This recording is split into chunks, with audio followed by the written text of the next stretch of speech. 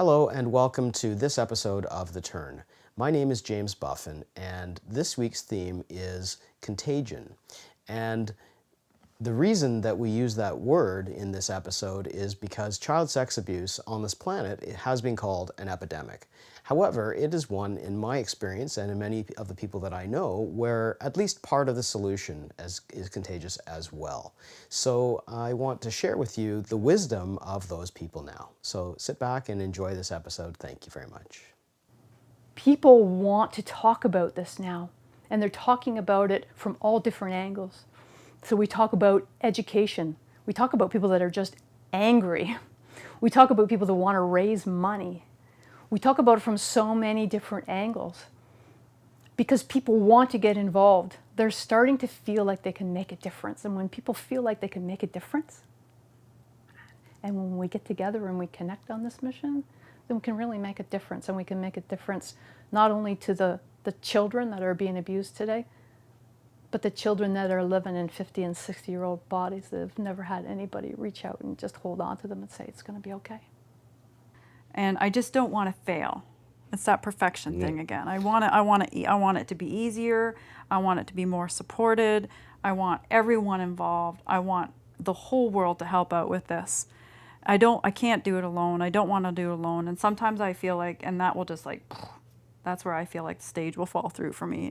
You see it all the time when somebody does something that said could never be done. What was it, the 4-minute mile way back when, or the whatever it was, that one person broke it and the next year 10 people broke it. That stayed like that forever and ever and ever until, oh, it can be done. Soon as people say that it can be done, a sense of hope comes up and it's like, I can do it too. It's kind of like when I do the Blog Talk Radio. It's the same idea.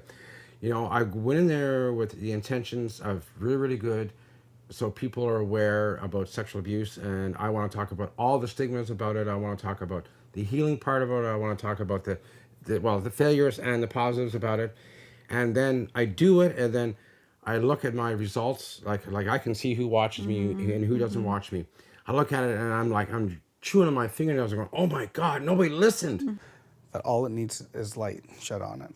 People that are harmed need to know that it's not their fault. This is not them. It doesn't have to identify them. It's something that happened to them, and they can transform and get better and heal. You know, and I was like, oh my God, I failed. Oh, and then I just want to go into the closet and hide. So I can totally appreciate what you're saying, right? Totally. And then I realized after that, I go back an hour later, bit by bit, a little bit by bit. I did have listeners, so I brought that upon myself for no reason whatsoever. Yeah. When people start to transform and their life shifts from this trapped emotional energy that's been with them, and they shift into a higher place, in a place where they're more confident, their self-esteem grows, they're willing to take on more challenges as a result of that, the person next to them will go, wow, that's possible. That goes right back to the hope thing. There is hope for me. There is, I've felt it inside, and within all of us, there is this spirit, this creative spirit that's shadowed by a lot of negative thoughts and feelings around something that happened to them. When somebody else transcends that, it automatically gives that other person hope. The bottom line, we haven't been educated how to deal with this in a constructive, healing manner.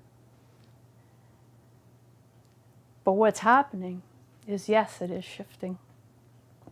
Because as more and more people come out and stand their ground as advocates, it's contagious.